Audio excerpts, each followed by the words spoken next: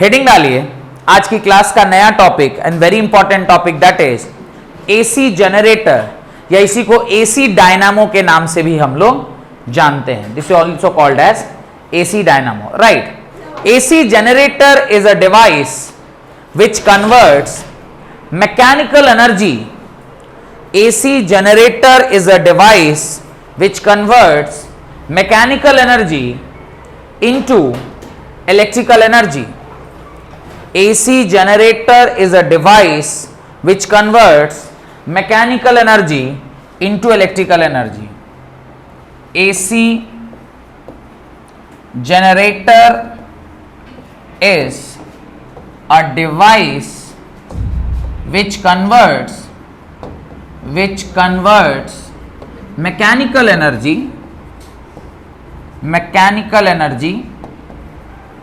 into electrical energy in presence of a magnetic field. In presence of a magnetic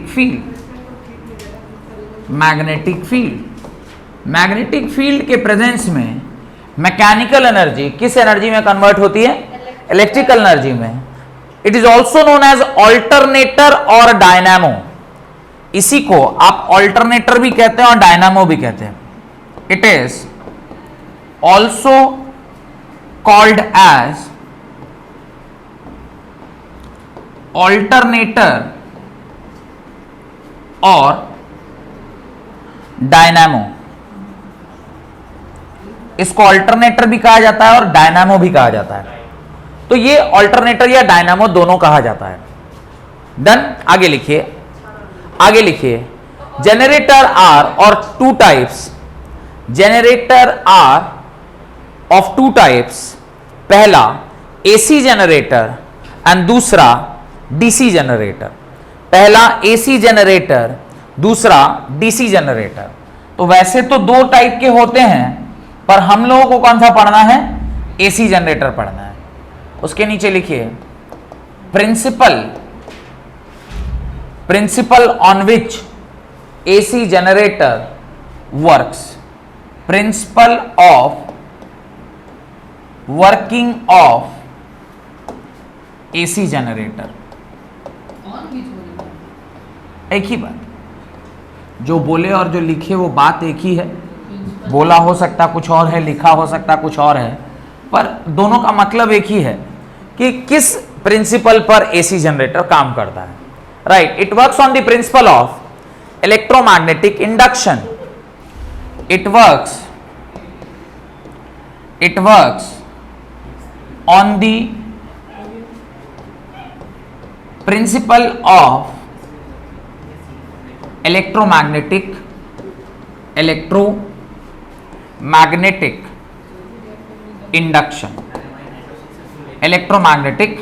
induction. जो आपने chapter में पढ़ा है उसी प्रिंसिपल के आधार पर इसको पढ़ा जाता है। That is when the coil is rotated, electromagnetic induction, that is when a coil is rotated in a uniform magnetic field, when a coil is rotated in a uniform magnetic field,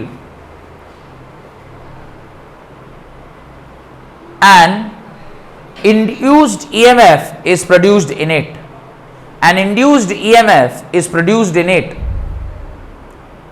An induced EMF is produced in it. An induced EMF is produced in it. And therefore produces induced current in the form of electrical energy, and therefore produces induced EMF in the form of induced current in the form of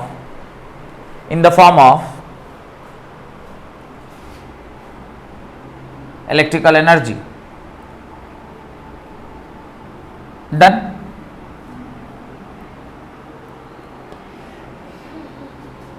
तो basically यहां हो क्या रहा है, आप एक mechanical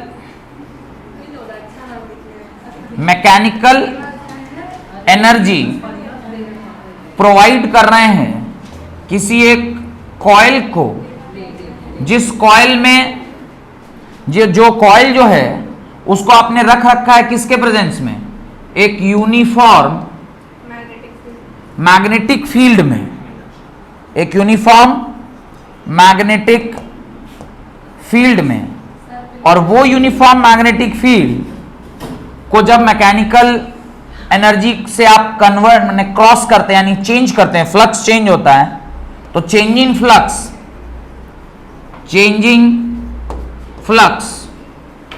produces what? Produces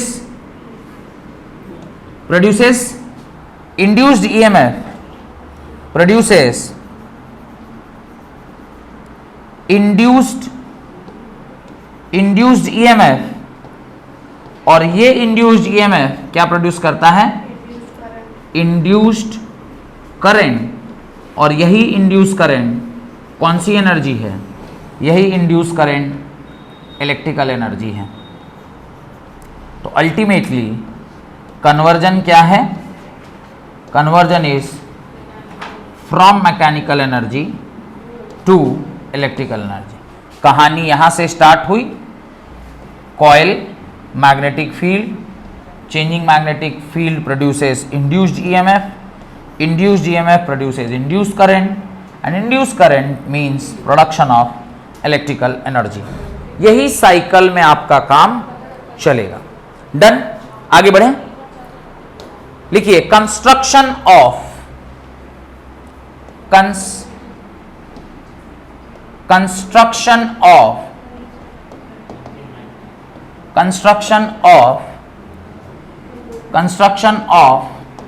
AC generator. Construction of AC generator, exam में इसका कंस्ट्रक्शन आता है, तो प्रयास कीजिए, मैं जैसा बना रहा हूँ वैसा कोशिश कीजिए आप लोग भी बनाने का। ये एक्चुअली ऐसा रहता नहीं है, सिलेंड्रिकल रहता है, तो ये सिलेंड्रिकल ही बनाइए। थोड़ा 3 डायमेंशनल दिखाने का कोशिश कर रहा हूँ पर हो नहीं रहा है, रुकिए। यहाँ ये थोड़ा सा कर्वेचर और बड़ा करते हैं। ये आपका नॉर्थ पोल, ये कौन है आपका? ये आपका नॉर्थ पोल है, ठीक है, ये आपका नॉर्थ पोल है। अब इस साइड पे यहाँ पे आप क्या बनाइए अपना, हाँ, ताकि 3 डायमेंशनल इफेक्ट दिखा पाऊँ मैं। यहाँ पे आप थोड़ा सा क्या कीजिए, इसको साउथ पोल बनाइए, ये थोड़ा सा साउथ पोल बनाइए, ये साउथ पोल, ठीक है। इसके अंदर एक यहाँ पर आप वायर बनाइए, ABCD वायर, ये ABCD क्या बना दीजिए, वायर बना दीजिए। उसके बाद यहाँ पर इस प्रकार से ये ऐसा एक ये बनाइए, ठीक है। इसका नाम लिखिए A, इसका नाम लिखिए B, इसका नाम C और इसका नाम D। बीचों बीच यहाँ से एक शाफ्ट जा रहा होगा, इसको क्या कहते हैं? शाफ्ट कहते हैं। इसको क्या कहते हैं? शाफ्ट कहते हैं। This is shaft, SHAFT। Shaft को आप रोटेट करते हैं ओमेगा से, शाफ्ट को आप रोटेट करते हैं ओमेगा से। क्योंकि एसी जनरेटर है तो यहाँ पर स्लिप रिंग्स लगे होंगे, यहाँ पे स्लिप रिंग्स लगे होंगे, तो 2 रिंग लगे होंगे। एक रिंग यहाँ लगा होगा और एक रिंग यहाँ लगा होगा, और दोनों ही रिंग से कार्बन के ब्रश, दोनों ही रिंग से क्या लगे होंगे? कार्बन के ब्रश लगे होंगे। और ये कार्बन ब्रश इसमें भी लगा होगा और वही कार्बन ब्रश इसमें भी लगा होगा। 2 कार्बन ब्रश इस कार्बन ब्रश से इस प्रकार से क्या शाफ्ट ओमेगा घुमा रहे हैं उसको, ओमेगा। अरे ABCD तो पॉइंट है, ओमेगा से उसको घुमाया गया है। तो ये आपका कार्बन ब्रशेस हैं और इन कार्बन ब्रशेस में, अरे तो इन कार्बन ब्रशेस में, इन कार्बन ब्रशेस में आप ये इस प्रकार से, ये आपका कार्बन ब्रश है, इससे ये कनेक्टर जिसको जॉइंटर भी बोलते हैं, ये ऐसा कनेक्टर या जॉइंटर लगा हुआ है, और ये कनेक्टर या जॉइंटर ऐसा, ये ऐसा है, और इसका यहाँ से आप क्या ले लेते हैं, आउटपुट ले लेते हैं। क्या ये 3 डायमेंशनल है, मतलब ऐसे सामने, ये एक्चुअली ऐसा दिखेगा,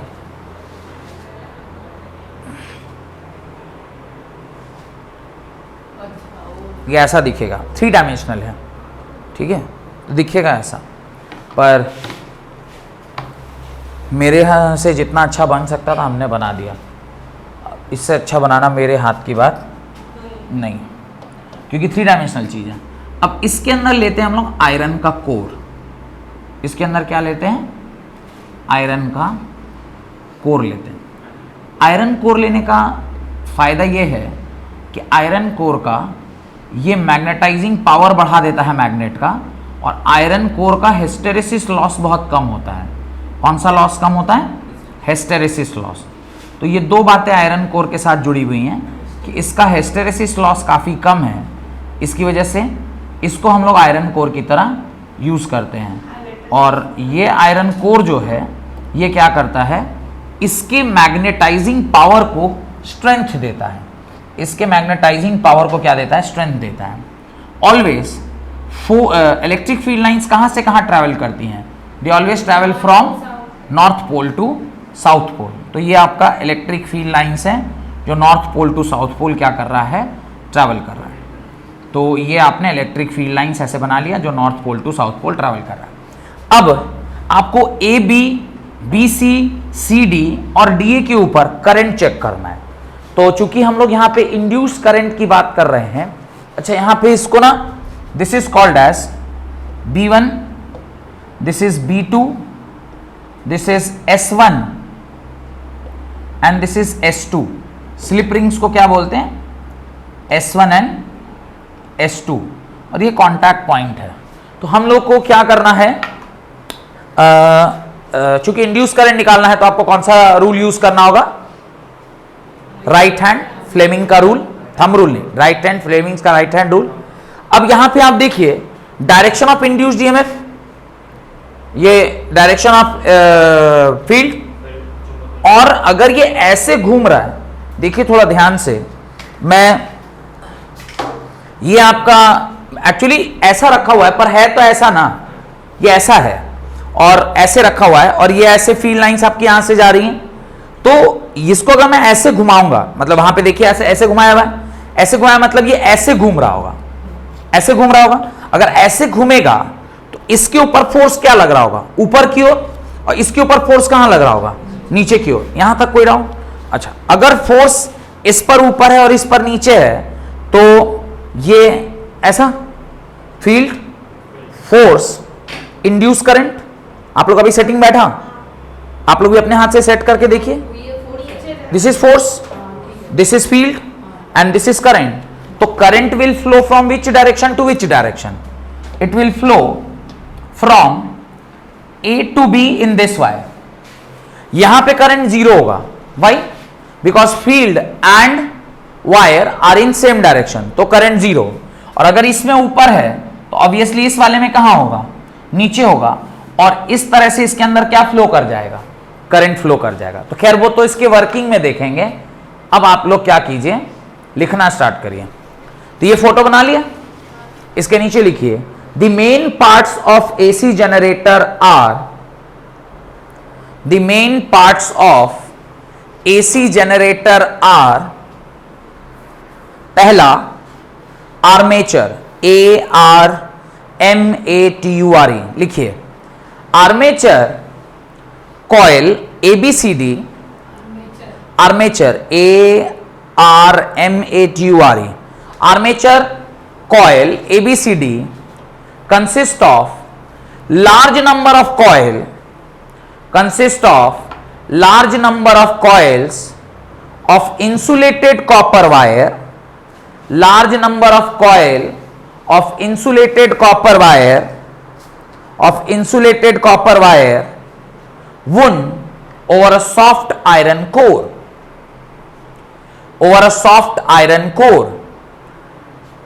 Armature coil ABCD consists of large number of coils of insulated copper wire wound over a soft iron core. तो सॉफ्ट आयरन कोर के ऊपर आपने क्या किया, एक नहीं बहुत सारा soft iron core, CORE core. तो ये जो आपने ये कौन से कलर से बनाया है, ये जो ऑरेंज कलर से बनाया है, ये क्या है, दिस इज सॉफ्ट आयरन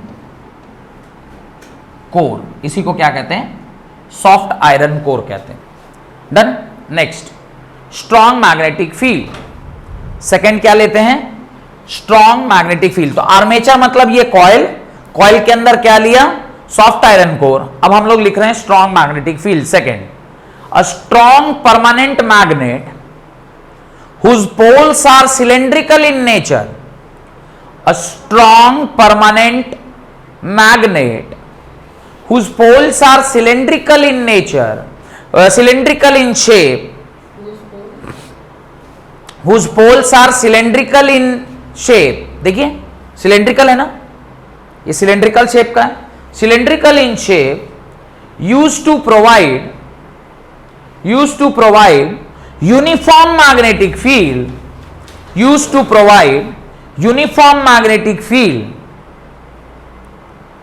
ये जो नॉर्थ पोल साउथ पोल आपने लिया है, जो मैग्नेट है, इसका काम क्या है, एक यूनिफॉर्म मैग्नेटिक फील्ड प्रोवाइड करना।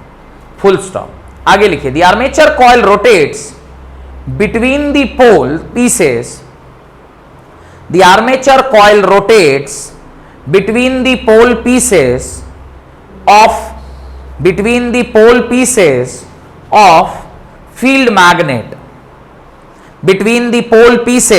of field magnet, full stop. The uniform magnetic field provided by the magnet is perpendicular to the axis of rotation. Axis of rotation के क्या है, परपेंडिकुलर है। ये आपका एक्सिस ऑफ रोटेशन है और ये फील्ड का डायरेक्शन है। दोनों के बीच में एंगल कितना बन रहा है, 90 डिग्री। ये एक्सिस ऑफ रोटेशन, ये फील्ड, दोनों के बीच का एंगल 90 डिग्री, तो 90 डिग्री बन रहा है। Axis of rotation of the coil. Done. Axis of rotation of the coil. Next, slip rings. याद रखिएगा, जहां कहीं भी डीसी शब्द आएगा वहां स्प्लिट रिंग्स यूज करते हैं। स्प्लिट मतलब आधा आधा।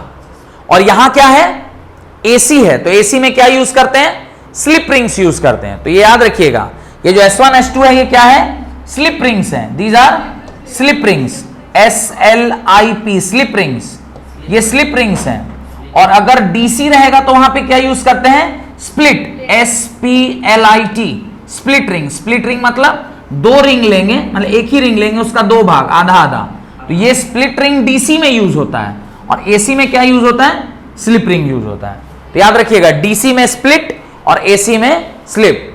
The two ends of the armature coil, the two ends of the armature coil are connected to brass slip rings S1 and S2. brass होता है ना, brass का slip rings S1 and S2, full stop. brass slip rings, brass का slip rings S1 and S2. these rings rotate along with the armature coil. ये दोनों ring क्या करते हैं, आर्मेचर कॉइल के साथ साथ रोटेट करते हैं। These rings rotate along with the armature coil, ये आर्मेचर कॉइल के साथ साथ रोटेट करते हैं। ये दोनों ही रोटेट करते हैं, मतलब ये पूरा ऐसे रोटेट करेगा, ये भी रोटेट करेगा और ये भी रोटेट करेगा, यानी पूरा ऐसे ये रोटेट करता है। क्या नहीं रोटेट करता? रोटेट क्या नहीं करता है? ये जो आपने यहां पे ब्रश बनाया है ये यहीं पे स्टेशनरी है, ये हिलता नहीं है, ये ब्रश नहीं हिलता, रिंग हिलता रहता है, और रिंग के हिलने से कॉन्टैक्ट पॉइंट चेंज होता रहता है। याद रखिएगा, ब्रश नहीं हिलता, सिर्फ रिंग घूमता है। नेक्स्ट, ब्रशेस, उसके आगे जो B1 B2 लिखा हुआ है वो क्या है? ब्रशेस है। नेक्स्ट लिखिए brushes, 2 carbon brushes B1 and B2, 2 carbon brushes B1 and B2, 2 carbon brushes B1 and B2 are pressed against the slip rings, are pressed against the slip rings, are pressed against the slip rings, full stop. The brush remains fixed, the brush remains fixed while slip ring rotates along with the armature.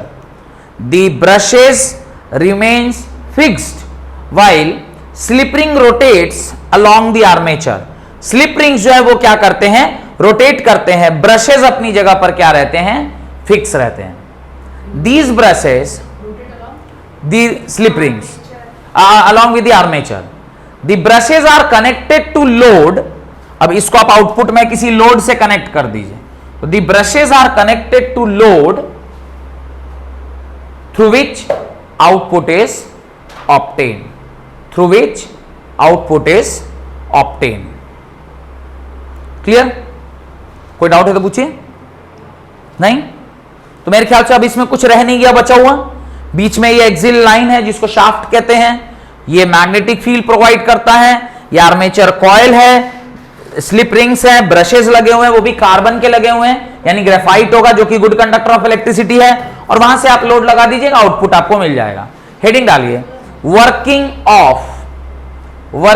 Of AC generator, working of AC generator, right. अब ये देखिए, ये समझने वाली बात है जो working वाला पार्ट है। तो वर्किंग ऑलरेडी मैंने आपको समझा दिया। यहां देखिए, हम लोगों को क्या करना है, हम लोगों को फ्लेमिंग का राइट हैंड रूल लगाना है, जिसमें आपको मोशन पता रहता है, फील्ड पता रहता है, आप क्या पा जाते हैं, आप करंट पा जाते हैं। आपने ऑलरेडी यहां पे निकाल के देख लिया आपको करंट कैसे मिल रहा था। AB में इधर करंट था और CD में इधर यूनिडायरेक्शनल करंट मिला है। आफ्टर हाफ साइकिल, ध्यान से देखिएगा, after half cycle CD wire कहां आ जाएगा, इधर, और AB कहां चला जाएगा, उधर। अब CD में फिर से ऊपर जाने लगेगा, तो सिर्फ CD को फोकस करिए। आधा साइकिल में CD नीचे और फिर आधा साइकिल में CD ऊपर। AB को फोकस करिए, आधा साइकिल में AB ऊपर, जब AB उस तरफ चला गया तो आधा साइकिल में AB पे नीचे, यानी एक हाफ साइकिल में ऊपर जा रहा है और आधा हाफ साइकिल में नीचे आ रहा है, यानी direction of current is changing after every half cycle. और जहां कहीं भी direction of current changes after every half cycle, उसी को ऑल्टरनेटिंग करंट कहते हैं। ऑल्टरनेटिंग करंट किसको कहते हैं? AC माने the current is the magnitude is changing continuously and polarity is changing in every half cycle. Polarity हर आधा साइकिल में चेंज हो रहा है, पहला हाफ में पॉजिटिव और नेगेटिव आधा हाफ में negative, and magnitude is changing continuously. Magnitude continuously change कर रहा है। क्यों? यहां पे मैग्नीट्यूड कुछ और है, यहां पे कुछ और है, यहां पे कुछ और है। Magnitude is changing continuously whereas polarity is changing in every half cycle. उसी करंट को हम लोग क्या बुलाते हैं? AC बुलाते हैं। तो AC की परिभाषा ही यही है। तो हम लोग यहां पर मैग्नीट्यूड अभी डिस्कस नहीं कर रहे, वो तो बाद में आएगा। अभी we are only discussing about the direction. और डायरेक्शन में आप देख पा रहे हैं कि अभी AB में नीचे से ऊपर गया है करंट, जैसे ही AB आधा घूम के उस तरफ आएगा, करंट ऊपर से क्या आ जाएगा, नीचे। यानी AB वायर में आधे पार्ट में करंट ऊपर जा रहा है और आधे पार्ट में करंट नीचे, यानी ऐसे करंट इज गोइंग ऐसे, और जैसे ही ऐसा हुआ फिर करंट ऐसे हो गया, तो करंट का रिवर्सल हो गया। एवरी हाफ साइकिल में there is reversal of current, every half cycle में there is reversal of current. फिर अगला क्या होगा? पॉजिटिव, फिर अगला क्या होगा? नेगेटिव, फिर ऐसा होता चला जाएगा। इसी को क्या बोलते हैं? Alternating. Magnitude is changing continuously and polarity is changing alternately, such type of current is called as AC. clear? लिखिए, इसी सब बात को वर्किंग में लिखना है, right. when the armature coil ABCD rotates, working of AC generator के अंदर ये पूरा 5 नंबर का सवाल आता है। प्रिंसिपल, कंस्ट्रक्शन, वर्किंग और उसका थ्योरी, ये पूरा 5 मार्क्स का एक क्वेश्चन बनता है। तो पूरा एक क्वेश्चन आपको लिखना है, 5 नंबर पूरा मिलेगा।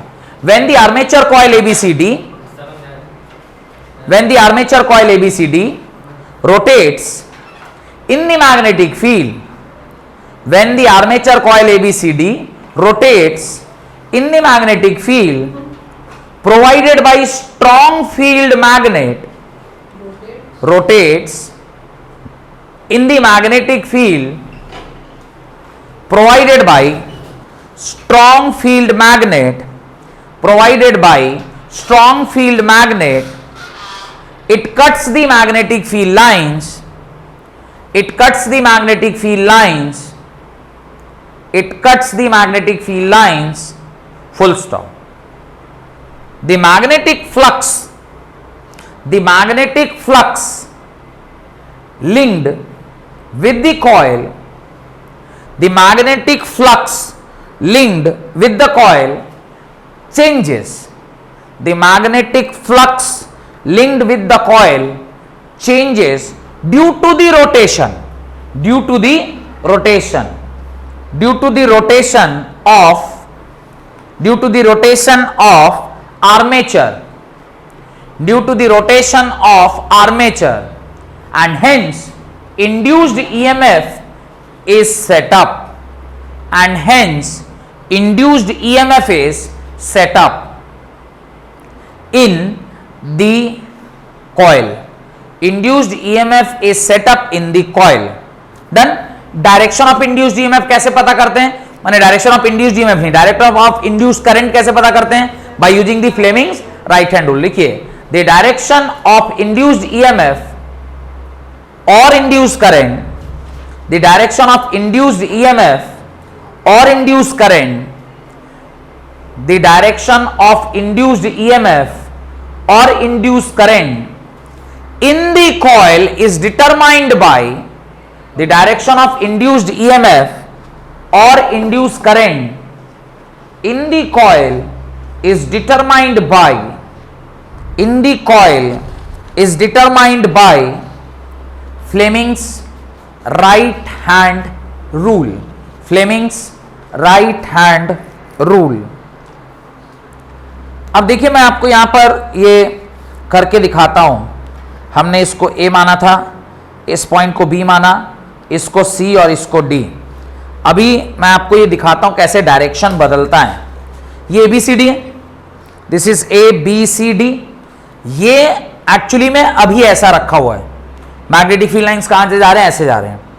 अब जैसे ही ये घूमना स्टार्ट करेगा तो पहले no magnetic field line crossing through this particular area, जैसे ही ये घूमना स्टार्ट करेगा slowly and gradually the magnetic field line passing through per unit area will increase करेगा तो फ्लक्स चेंज होगा। Whenever there is change in flux per unit time induced EMF पैदा हो जाएगा, क्योंकि इंड्यूस्ड ईएमएफ का फॉर्मूला क्या पढ़े थे? Minus d∅dt।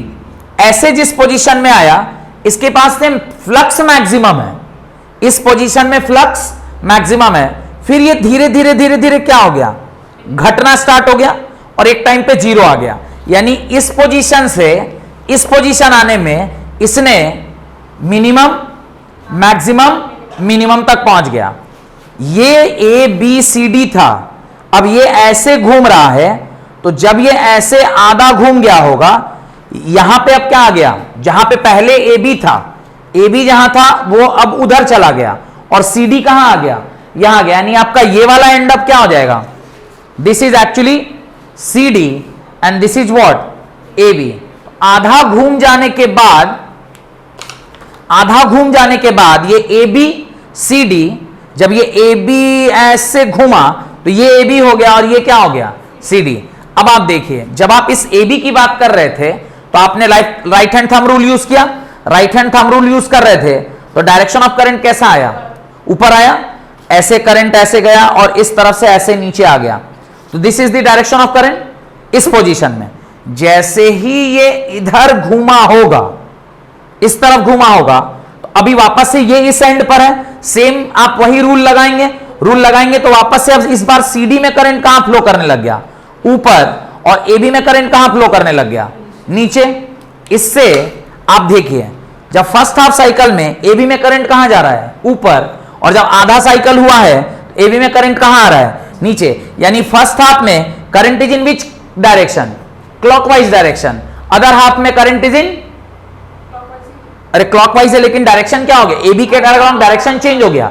नाउ AB के अलोंग अब देखिएगा तो AB के लिए अगर सिर्फ AB को फोकस कीजिए तो यहां पे ये A से B जा रहा है, यहां पे ये B से A आ रहा है, तो डायरेक्शन क्या हो गया, चेंज हो गया। अगर direction is changing after every half cycle, half cycle मतलब यहां से यहां पहुंचा हाफ साइकिल हुआ, तो इसीलिए AC का डेफिनेशन क्या है, AC is a current in which magnitude changes continuously and direction या पोलैरिटी चेंजेस ऑल्टरनेटली।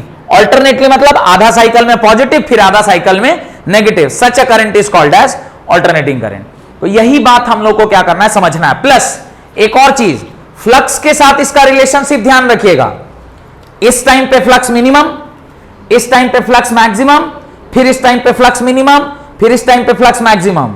यानी अभी बहुत ध्यान से देखिए जो मैं बताना चाह रहा हूं, आगे चल के इसको डिस्कस करेंगे। एरिया वेक्टर कहां है, फील्ड वेक्टर।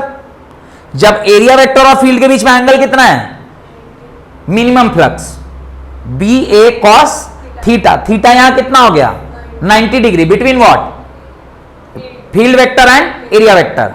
इस पोजीशन पे जब है field vector and area vector, theta 0 degree. लेकिन जब आप निकालते हैं क्या, इंड्यूस्ड ईएमएफ, तो इंड्यूस्ड ईएमएफ का फॉर्मूला आप क्या लिखते हैं,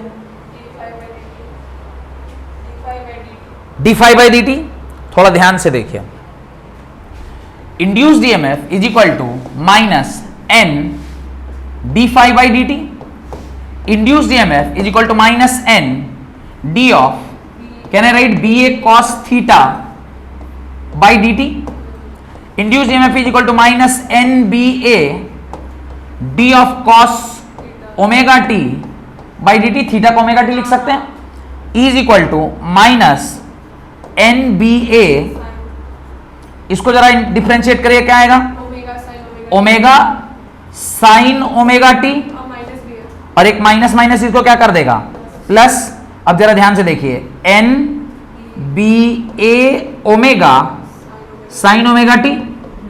आपका flux was a function of what, आपका flux was a function of cos theta and induced EMF is a function of sine theta. यानी जहां पर फ्लक्स मैक्सिमम होगा वहां पे इंड्यूस्ड ईएमएफ मिनिमम, और जहां पे इंड्यूस्ड ईएमएफ फ्लक्स मैक्सिमम हुआ वहां इंड्यूस्ड ईएमएफ मिनिमम, जहां फ्लक्स मिनिमम वहां इंड्यूस्ड ईएमएफ मैक्सिमम। मतलब जब आप ऐसे सिचुएशन में हैं, यहां पे फ्लक्स मिनिमम है तो इंड्यूस्ड ईएमएफ, इस केस में जहां पे फ्लक्स मैक्सिमम है वहां पे इंड्यूस्ड ईएमएफ, क्यों, क्योंकि ये cos थीटा का फंक्शन है और ये, तो ग्राफ जब बनाने आएगा तो ये समझ कर लेंगे ना, ग्राफ रिलेटेड क्वेश्चन। खैर अभी पहले हम लोग उसका वर्किंग कंप्लीट करते हैं, फिर थ्योरी एंड देन विल आगे बढ़ेंगे, राइट। ये आगे आगे लिखेंगे इसको, पहले थ्योरी कंप्लीट करिए। द करंट फ्लोज, ये अभी वर्किंग कंप्लीट कर रहे हैं ना। The current flows out through the brush B1 in one direction, the current flows out through the brush B1 in one direction and through brush B2 in another half rotation. The current flows out through the brush B1 in one half rotation and through brush B2 in another half rotation. In another half rotation in reverse direction, in reverse direction। मतलब एक half में current is flowing from B1 to B2, एक half में current is flowing from this to this and another half में current is flowing from this to this. जब ये आधा मुड़ गया तो उल्टा हो जा रहा है ना करंट, एक हाफ में B1 से B2, अनदर हाफ में B2 टू B1। और जब कभी भी ऐसा आधा आधा हाफ में अलग अलग करंट फ्लो करेगा तो उसी को ना कहेंगे polarity is changing alternately. This process is repeated, this process is repeated due to which EMF produced is alternating in nature. Due to which EMF produced is alternating in nature. EMF produced is alternating in nature. Done. अब आप इस theory को लिखिए. According to Faraday's law of electromagnetic induction, according to Faraday's law of electromagnetic induction, induced EMF is equal to minus n d phi by dt और flux is equal to होता है B A cos theta और in terms of time it can be written as B A cos omega T. तो ये already हम लोग जानते हैं. तो इसके ठीक नीचे आप लिख दीजिए द फ्लक्स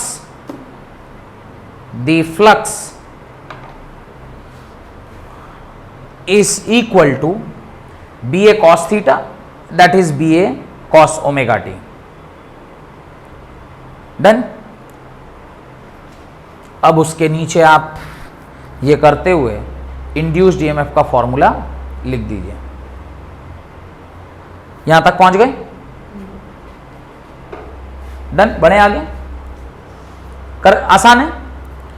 यहां से मुझे क्या समझ में आया कि जो इंड्यूस्ड EMF है वो आया आपका N B A omega sine omega T और ये सब कांस्टेंट है. देखिए N constant number of turns, B constant magnetic field uniform है, क्रॉस सेक्शनल एरिया वायर का चेंज नहीं कर रहे, ओमेगा स्पीड चेंज नहीं कर रहे.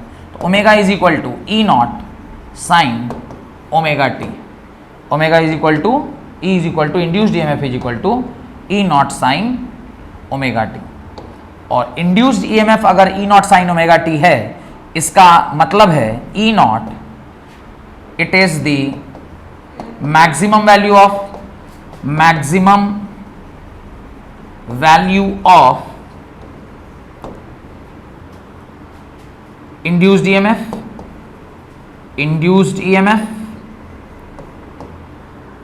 जिसकी वजह से, और ये साइनोसोडल फंक्शन है. साइनोसोडल फंक्शन होने का मतलब ये साइन ग्राफ को क्या करेगा, साइन कर्व को फॉलो करेगा. ये आपका साइन कर्व होने वाला है क्योंकि ये साइन थीटा है और ये जो यहां से इसकी मैक्सिमम वैल्यू है, ये जो यहां से इसकी मैक्सिमम वैल्यू है इसे ही आप क्या बोलोगे, ई नॉट बोलोगे. ठीक है. और ये किसका ग्राफ बन गया, ये बन गया graph E is equal to E not sine omega T का ग्राफ बना, जहां पर ये वाले एक्सिस पर आपने क्या लिया है, टाइम लिया है. ये वाले एक्सिस पर आपने टाइम लिया है और ये वाले एक्सिस पर आपने इंड्यूस्ड EMF ले रखा है. डन. ये ग्राफ बन गया उसका. कोई दिक्कत, आगे बढ़े. ले ये सब कर लिए. अब इंड्यूस्ड EMF को आप क्या कीजिए, R से डिवाइड दे दीजिए. तो क्या निकल के आ जाएगा, induce current that is I is equal to E not sine omega T divided by R. I is equal to I not sine omega T. यानी जो इंड्यूस करंट है it is also a function of what, जो induce current है it is also a function of what, sine theta. ये भी sine theta का function है. अब जरा ध्यान से देखिए, where I not is equal to E not by R that is N B A omega by R. किसी भी चीज को जब आप डिवाइड करते हैं किसी दूसरी क्वांटिटी से तो एक्चुअली वो क्वांटिटी अब क्या हो जाती है, छोटी हो जाती है.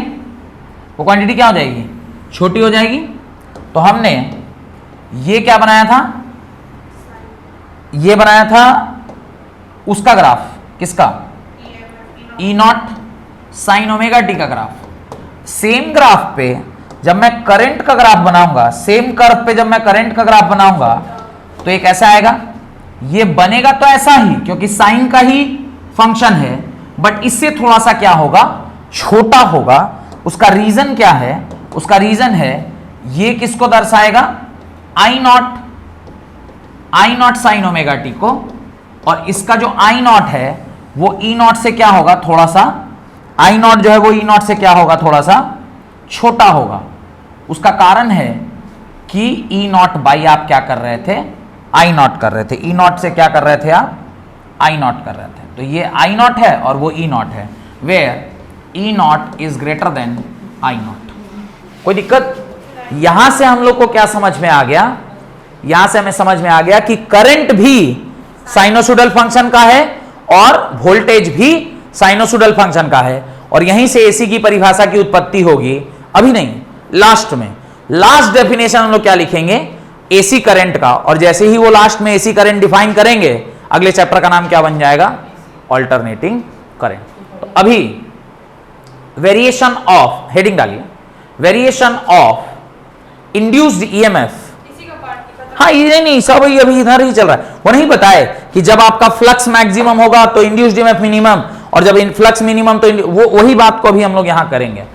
Variation of induced EMF with different position of coil with respect to magnetic field. Position of induced EMF, position of variation of induced EMF with different position of coil with respect to magnetic field. इसके अंदर पहला case, case 1, हाँ, case 1 where theta is equal to how much? 0 degree. अब देखिए theta यहां पे क्या बोल रहा है? वो 0 डिग्री बोल रहा है। Theta is equal to what? 0 degree. Theta 0 मतलब क्या? थीटा 0 मतलब थीटा किसके बीच में है? Theta is the angle between, तो लिख दीजिए उसके नीचे, the plane of coil is perpendicular to the magnetic field. Plane of coil is perpendicular to the magnetic field. यहां पर हम लोग इंड्यूस्ड ईएमएफ के साथ कर रहे हैं ना, तो इंड्यूस्ड ईएमएफ में जो ओमेगा टी थीटा है, हम उसकी बात कर रहे हैं। ई साइन थीटा वाला थीटा मान रहे हैं। तो अब साइन थीटा का थीटा समझिए, मैं पहले समझा देता हूं क्या कह रहा है। व्हेन थीटा इज 0 डिग्री, बस ये वाला लाइन लिखिए, उसका समझाता हूं। The plane of coil is perpendicular to the magnetic field. The plane of coil is perpendicular to magnetic field. Area vector कहां है? इधर, एंड फील्ड इज उधर, तो थीटा दोनों के बीच का कितना डिग्री? 0 डिग्री। यानी फ्लक्स मैक्सिमम हो गया। यानी क्या हुआ? Flux maximum. तो आप देखिए फाई बी निकालिएगा तो क्या लिखिएगा? Phi B is equal to B A cos theta. B A cos theta में ये 0 degree, that is equal to 1, तो फाई बी मैक्स हो गया। फाई बी क्या हो गया? मैक्स हो गया। और जिस पॉइंट पे फाई बी मैक्स है, उस पॉइंट पे इंड्यूस्ड ईएमएफ क्या आया है? ई नॉट साइन थीटा के बराबर।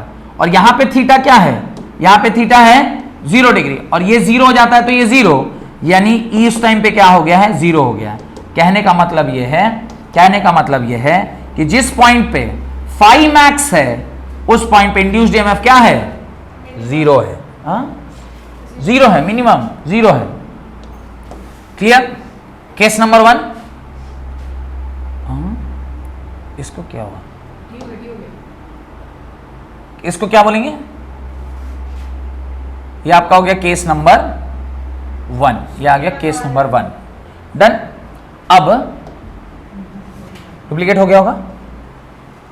अब आइए केस नंबर 2 पे। अब आइए व्हाट? केस नंबर 2 पे। लिखिए case 2। Case 2, when theta is equal to, when theta is equal to, आप लिखिए 90 डिग्री। थीटा इस बार क्या हो गया? 90 डिग्री हो गया। थीटा 90 डिग्री होगा तो क्या होगा? अब उसके नीचे पहले वो लाइन लिखिए, the plane of the coil is along the direction of magnetic field. Plane of the coil is along the direction of magnetic field.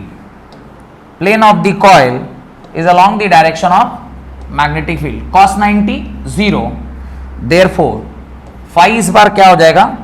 0 हो जाएगा। और जिस पॉइंट पे फाई 0 होगा, उस पॉइंट पे ये क्या हो जाएगा? Maximum, that is equal to 1, और ये 1 हुआ। ई नॉट इस पॉइंट पे क्या हो जाएगा?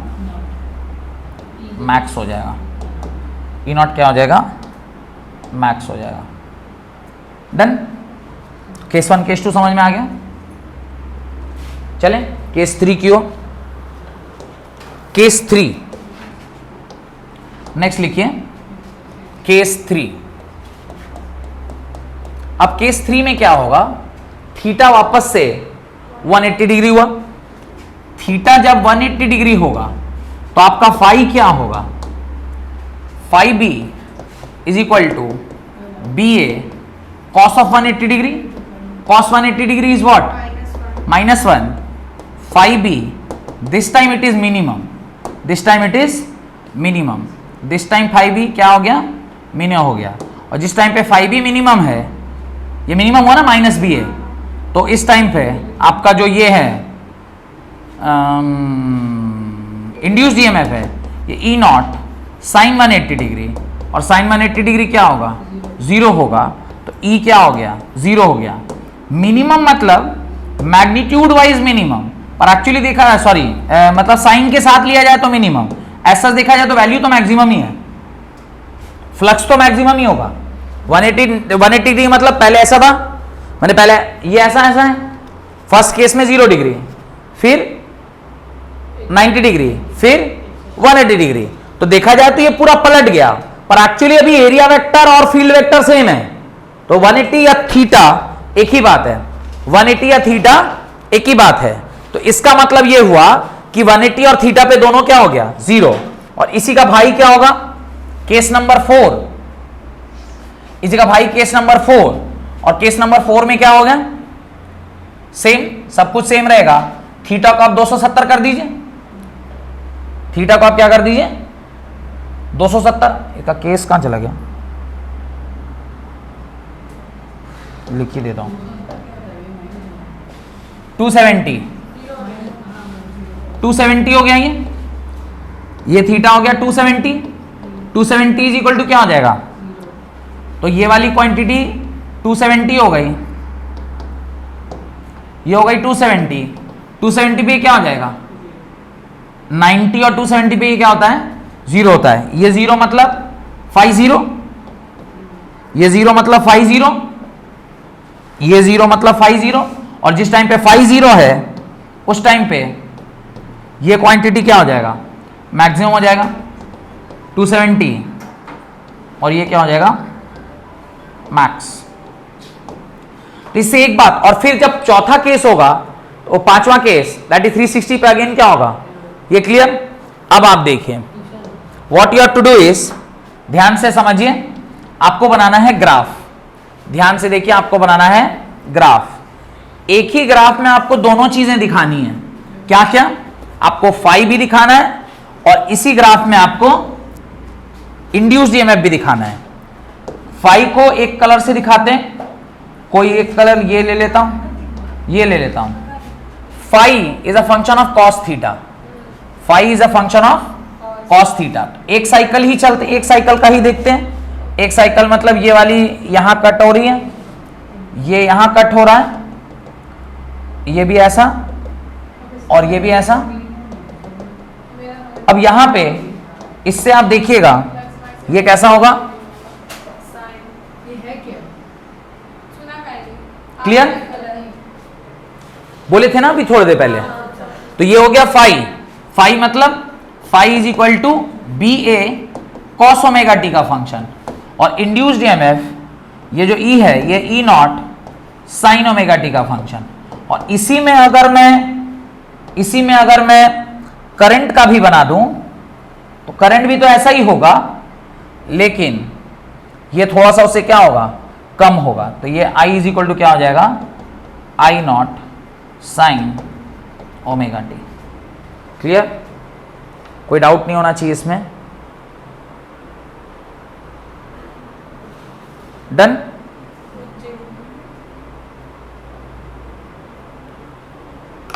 राइट, ये ऊपर ही का है, कलर से पहचान गए, सेम कलर में लिखे हैं।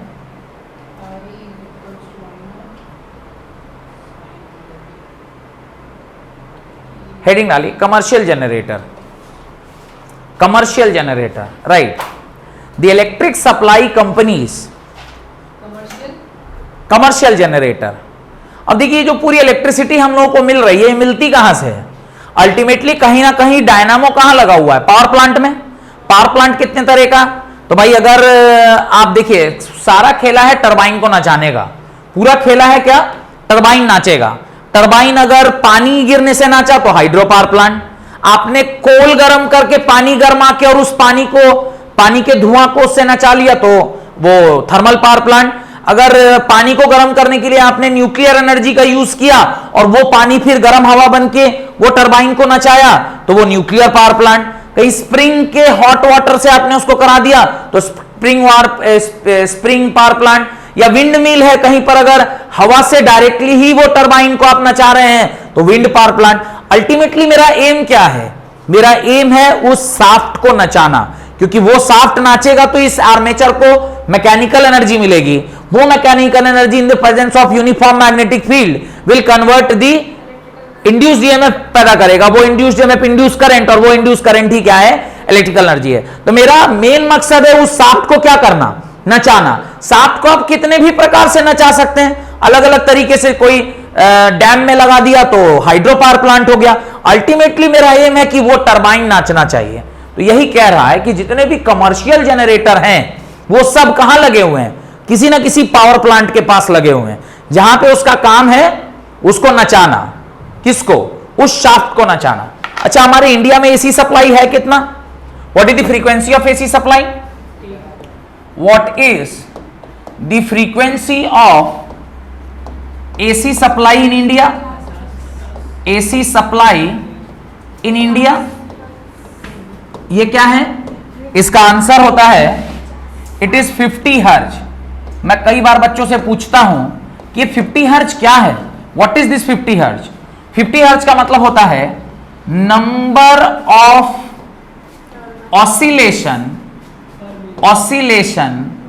पर सेकेंड। पर सेकेंड कह रहे हैं 1 सेकेंड में कितना बार ऑसिलेट करना चाहिए? 50 बार। एक्चुअली जब वो जो शाफ्ट है, जिस शाफ्ट को आप घुमाना चाहते हैं, जिससे जनरेटर चलता है, वो 3000 आरपीएम से जब नाचता है, 3000 आरपीएम का मतलब होता है 1 मिनट में 3000 बार वो शाफ्ट घूमना चाहिए। इन 1 मिनट वो शाफ्ट कितना बार घूमना चाहिए? 3000 टाइम। तो इसको जब आप सेकंड से बनाएंगे तो क्या लिखेंगे? 3000 डिवाइडेड बाई 60। इसको क्या लिखेंगे? 3000 डिवाइडेड बाई 60। और जब आप इसको कट करिएगा पर सेकंड कितना आ गया? और इसीलिए हमारे इंडिया की फ्रीक्वेंसी कितनी है? 50 हर्ज है। तो इंडिया की फ्रीक्वेंसी कितनी है? 50 हर्ज। इसका मतलब है कि जिस शाफ्ट को आप पावर प्लांट में नचा रहे हैं, उसको उसके जो एक्सेल है, यानी उसका जो शाफ्ट है, उसको आप किस स्पीड से नचा रहे हैं? 3000 आरपीएम से नचा रहे हैं। और इसी कारण से हमारे घर में जो इलेक्ट्रिसिटी आती है वो 50 हर्ज की इलेक्ट्रिसिटी आती है। लिखिए इस बात को। The electrical supply companies make use of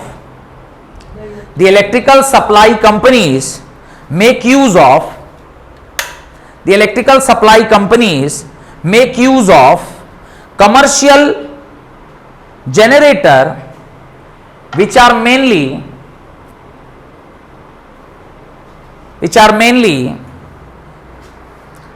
working on the commercial generator which are mainly working on the principle of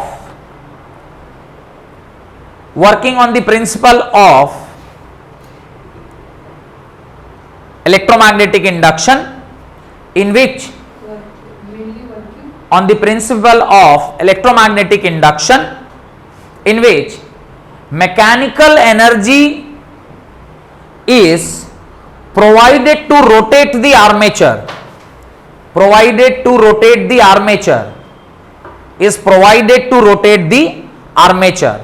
तो मुख्यतः काम क्या है पावर प्लांट का? कि वो आर्मेचर को क्या कर देता है? रोटेट कराता है। Prime mover. इसी ये जो शाफ्ट है, इसी को एक और शब्द से क्या बुलाते हैं? Prime mover. क्या बोलते हैं इसको? Prime mover. या इसी को क्या बुलाया जाता है? शाफ्ट बुलाया जाता है। ये शाफ्ट या प्राइम मूवर को आप किस किस तरीके से घुमाते हैं? तो पहला लिखिए, हाइड्रो इलेक्ट्रिक जनरेटर। कुछ नहीं, सीधे उसके अंदर ही लिखिए 1, point number 1, hydro electric generator. अभी हम समझा नहीं रहे हाइड्रो इलेक्ट्रिक जनरेटर क्या है। हाइड्रो इलेक्ट्रिक माने पानी जब इस शाफ्ट के ऊपर यानी टरबाइन के ऊपर गिरेगा, और वो टरबाइन माने पंखा, पंखे के ऊपर जब क्या गिरेगा? पानी गिरेगा। पंखा जुड़ा हुआ है शाफ्ट से। पंखा जिस भी स्पीड में घूमे, शाफ्ट कितना पर घूमना चाहिए? 3000 आरपीएम पे, तो 50 हर्ज इलेक्ट्रिसिटी क्या हो जाएगी, प्रोड्यूस हो जाएगी। थर्मल पावर सेकंड लिखिए, थर्मल पावर जनरेटर, थर्मल मतलब थर्म मतलब हीट मतलब कोयला जलाकर जब आप पानी गर्माते हैं और वो गर्म पानी जब टरबाइन से जाकर टकराता है तो उसको थर्मल पावर प्लांट कहते हैं। नेक्स्ट लिखिए न्यूक्लियर पावर प्लांट, सेम पानी को इस बार आप न्यूक्लियर एनर्जी से गर्म कर रहे हैं और उस परम पानी को फिर भाप बना के जब आप टरबाइन को नचाया और टरबाइन कितने से नाचा, 3000 आरपीएम से नाचा, तो कितने फ्रीक्वेंसी की इलेक्ट्रिसिटी जनरेट हुई, 50 फ्रीक्वेंसी की इलेक्ट्रिसिटी जनरेट हुई। And last is wind mill generator, last is wind mill generator, last जो क्या है विंड मिल जनरेटर है। डन, हाँ अभी लिखवा रहे ना, नोट डालिए। Frequency of commercial generator in India is 50 हर्ज, frequency of commercial generator in India is 50 hertz and in developed countries like USA, Australia and in developed countries like USA and Australia is 60 hertz। तो बोलेंगे sir हम लोग क्यों नहीं 60 hertz पर काम कर पा रहे हैं, ऑस्ट्रेलिया इज 60 हर्ट्ज। तो मेरे मन में डाउट आ रहा है सर हम लोग का नहीं 60 हर्ट्ज पे काम कर पा रहे हैं, 3000 आरपीएम नचाने में तो इसका पूरा नाच जा रहा है इंडिया का मैकेनिज्म, तो 3600 आरपीएम पे नचाने में तो हालत खराब हो जाएगा। तो 3000 नाचने में तो ये लोग को इतना दिक्कत है कि पूरा एनर्जी एफिशिएंसी लगा के भी ये लोग 100% नहीं प्रोड्यूस कर पा रहा। उसमें भी जो झारखंड आप देखेंगे डीवीसी फ्लक्चुएशन होता रहता है सगरो, उसका कारण है कि प्रोडक्शन में भी दिक्कत आता है। नेक्स्ट दूसरी बात, जो हम लोग अभी अरेंजमेंट पढ़े हैं जिसके अंदर मैग्नेट रुका हुआ है और कॉइल रोटेट कर रहा है, ये पुराने जमाने में होता था। अब कमर्शियल जितने भी जनरेटर आ गए हैं उसमें अब क्या हुआ उसको थोड़ा समझते हैं। क्या सेटिंग बैठाया, बोले अगर ये फील्ड है, ये नॉर्थ पोल ये साउथ पोल, तो एक ही बार ना ये फील्ड काट रहा है, ये नॉर्थ साउथ है तो एक ही बार फील्ड काट रहा है। बोले ऐसा मत करो, एक ऐसा अरेंजमेंट करो, कॉइल को रोटेट करा दो। कॉइल को क्या किया, इसके चारों तरफ ऐसे करके ये कर दिया और एगो मैग्नेट नहीं लिया, कैगो मैग्नेट ले लिया, बहुत सारा मैग्नेट ले लिया, सबका उल्टा उल्टा, यहां नॉर्थ तो यहां साउथ, यहां नॉर्थ तो यहां साउथ, सबका उल्टा उल्टा। अब क्या हुआ, जब ये नाच रहा है तो कॉइल को स्टेशनरी छोड़ दिया, अब मैग्नेटिक को नचा दिया, ज्यादा फ्लक्स कटा, ज्यादा फ्लक्स कटा तो ज्यादा इंड्यूस्ड ईएमएफ, ज्यादा इंड्यूस्ड ईएमएफ तो ज्यादा करंट, तो करंट की प्रोडक्टिविटी क्या हो गई, बढ़ गई। अगर सिंगल सिस्टम था तो उसमें क्या था भाई, मैग्नेट स्टेशनरी था और कॉइल को आप रोटेट कर रहे थे, तो एक ही फील्ड को ना बस काट रहा था। अब यहां क्या किया, कॉइल को ऐसे ही छोड़ दिया, मैग्नेट को रोटेट करता गया, एक बार ये वाला मैग्नेट काटा, फिर ये कंटिन्यूअसली हर साइड से फ्लक्स चेंज करते जा रहा है। तो लिखिए in the commercial generator electromagnet are rotated, in the commercial generator, in the commercial generator electromagnet are rotated whereas coil is kept stationary, whereas coil is kept stationary। done। यहां पे जाके आपका जो जनरेटर कॉन्सेप्ट है वो खत्म हुआ। Last एक डेफिनेशन लिख लीजिए ऑल्टरनेटिंग करंट का, क्योंकि लास्ट आपने यही पढ़ा कि करंट कैसा यहां पे प्रोड्यूस हुआ है, alternating current. Therefore as the generator is producing alternating current, that is I is equal to I naught sin omega t, as the generator is producing alternating current, that is I is equal to I naught sin omega t, therefore alternating current is defined as I is equal to I naught sin omega t, therefore alternating current is defined as the current which changes its magnitude continuously, the current which changes its magnitude, alternating current, the current which changes its magnitude continuously and the current which changes its magnitude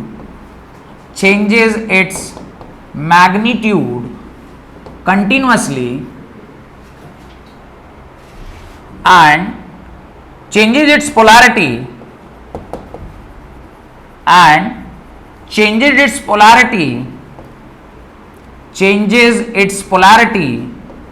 alternately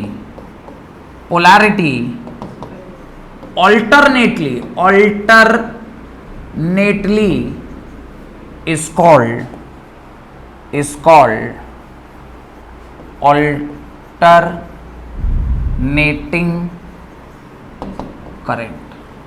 called alternating current।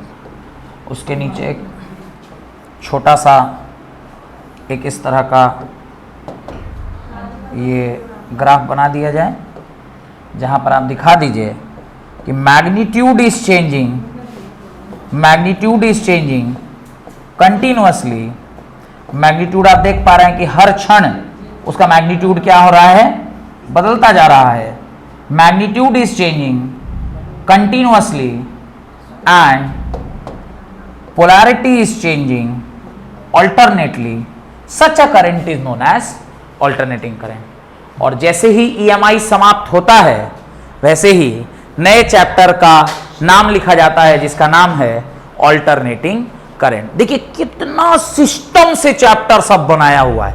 एक chapter खत्म होगा उसके आखिरी शब्द से अगला chapter start होगा, एक चैप्टर खत्म होगा उसके आखिरी शब्द से अगला चैप्टर स्टार्ट होगा। So systematically the chapters are being arranged. बहुत बहुत धन्यवाद। आज आखिरी क्लास थी अल्टरनेटिंग करंट की। अगर आपने ये वीडियो सारे पहले के नहीं देखे हैं तो बाकायदा एक प्लेलिस्ट बनाई हुई है, उसमें जाके आप सारे लेक्चर्स को देख सकते हैं। लगभग 8 या 9 लेक्चर में पूरा इलेक्ट्रोमैग्नेटिक इंडक्शन खत्म हुआ है। एक एक करके सारे वीडियोस को देखिए और ऐसे ही धीरे धीरे पढ़ते रहिए, पढ़िए, अच्छा कीजिए, अच्छा नंबर लाइए। एक टीचर का तो यही मंशा रहता है कि आप पढ़ें और अच्छा नंबर लाएं। Thank you very much.